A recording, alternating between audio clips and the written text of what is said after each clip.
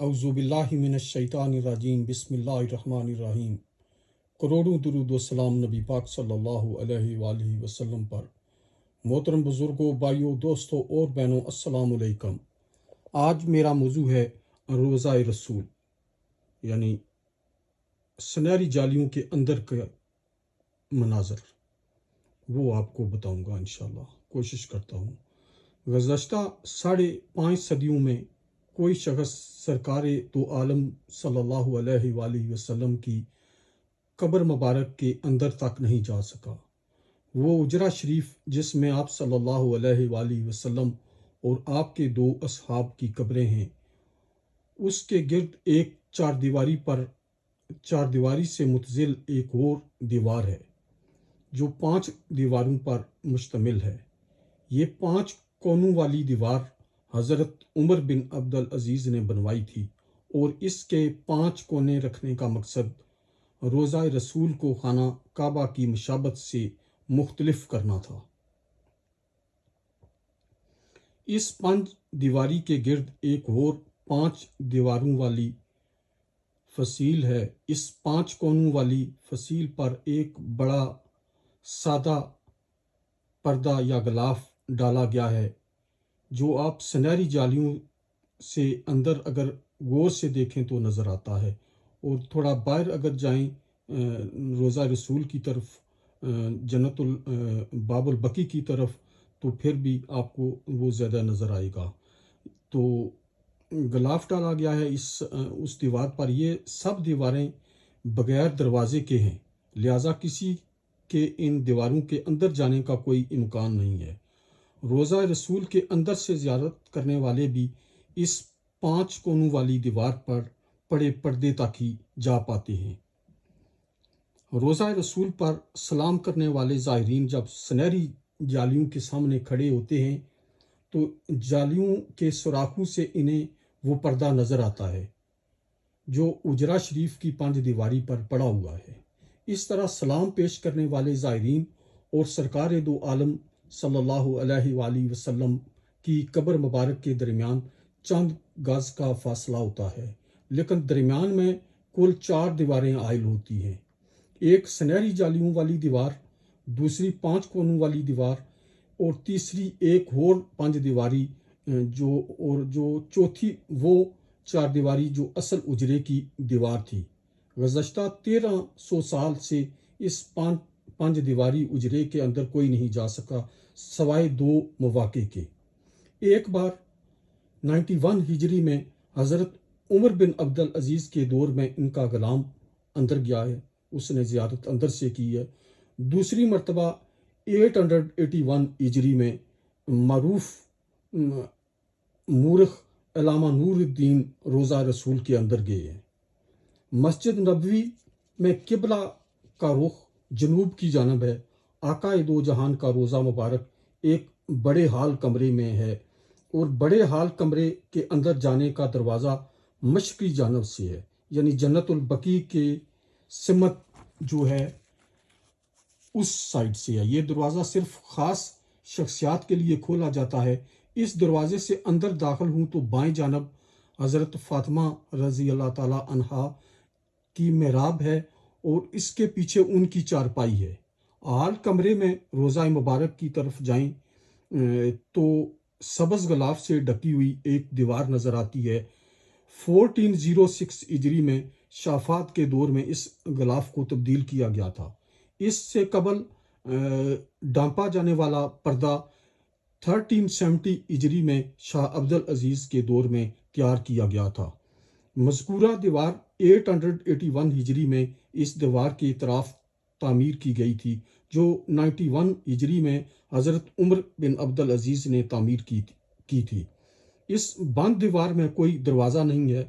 قبلے کی سمت اس کی لمبائی 8 میٹر، مشرق اور مغرب کی سمت 6.5 میٹر، اور شمال کی جانب دونوں دیواروں کی لمبائی ملا کر 14 میٹر ہے۔ کہا جاتا ہے کہ 91 ہجری سے لے کر 881 ہجری تک تقریباً 8 صدیاں کوئی شخص آپ صلی اللہ علیہ وآلہ وسلم کی قبر مبارک کے اندر سے نہیں دیکھ پایا۔ اس کے بعد 881 ہجری میں اجرا مبارک کے دیوار کے پوسیدہ ہو جانے کے باعث ان کی تعمیر نو کرنا پڑی۔ جب وہ پرانی پوسیدہ ہو گئی تو اس وقت ان کو تعمیر نو کرنا پڑی۔ اس وقت علامہ نور الدین مدینہ منورہ میں موجود تھے، جنہیں ان دیواروں کی تعمیر نو کے کام کا حصہ لینے کی سعادت حاصل ہوئی۔ وہ بہت اس لحاظ سے خوش نصیب اور خوش قسمت ہیں۔ اللہ تعالیٰ ہمیں بھی روزہ رسول کی بار بار حاضری نصیب فرمائیں۔ وہ لکھتے ہیں کہ 14 شعبان 881 ہجری کو پانچ دیواری جو ہے مکمل طور پر ڈھا دی گئی۔ دیکھا تو اندرونی چار دیواری میں بھی دراڑیں پڑی ہوئی تھیں، اس لیے وہ بھی ڈھا دی گئی۔ ہماری آنکھوں کے سامنے اب مقدس اجرا تھا۔ علامہ نور الدین کو داخلے کی سعادت ملی اور وہ شمالی سمت سے داخل ہوئے۔ کہتے ہیں کہ خوشبو کا ایسا جھونکا آیا جو زندگی میں کبھی خوشبو محسوس نہیں ہوئی تھی۔ سبحان اللہ۔ روزہ رسول کا دیدار اور خوشبو اللہ تعالی ہم سب کو نصیب عطا فرمائے۔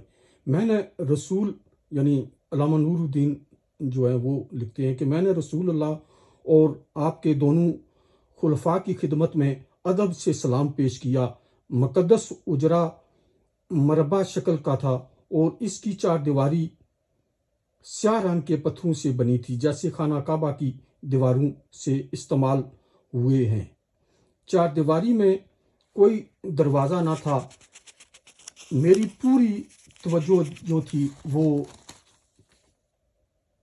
3 قبروں پر مرکوز تھی۔ علامہ نور الدین لکھتے ہیں کہ میری پوری توجہ 3 قبروں پر مرکوز تھی۔ تینوں سطح زمین کے تقریباً برابر تھیں، صرف ایک جگہ ذرا سا غبار تھا، یہ شاید حضرت عمر کی قبر مبارک تھی۔ قبروں پر عام سی مٹی پڑی ہوئی تھی۔ اس بات کو 5 صدیاں بیت چکی ہیں جن کے دوران کوئی انسان ان محل بند اور مستحکم دیواروں کے اندر داخل نہیں ہو سکا۔ علامہ نور الدین نے اپنی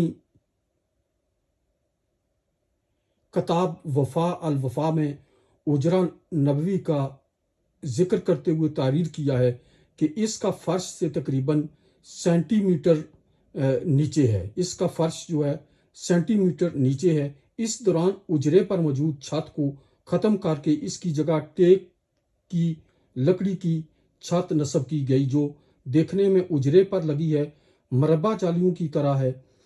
اس لکڑی کے اوپر ایک چھوٹا سا گنبد تعبیر کیا گیا ہے جس کی اونچائی 8 میٹر ہے، اور یہ گنبد خضرا کے عین نیچے واقع ہے۔ یہ اندر کا سین ہے، یعنی سنہری جالیوں کے جو اندر ہے، جدھر سے ہم سارے زائرین زیارت کے لیے روزہ رسول کے اندر جاتے ہیں جب، تو روزہ رسول کی زیارت کرتے ہیں سنہری جالیوں سے۔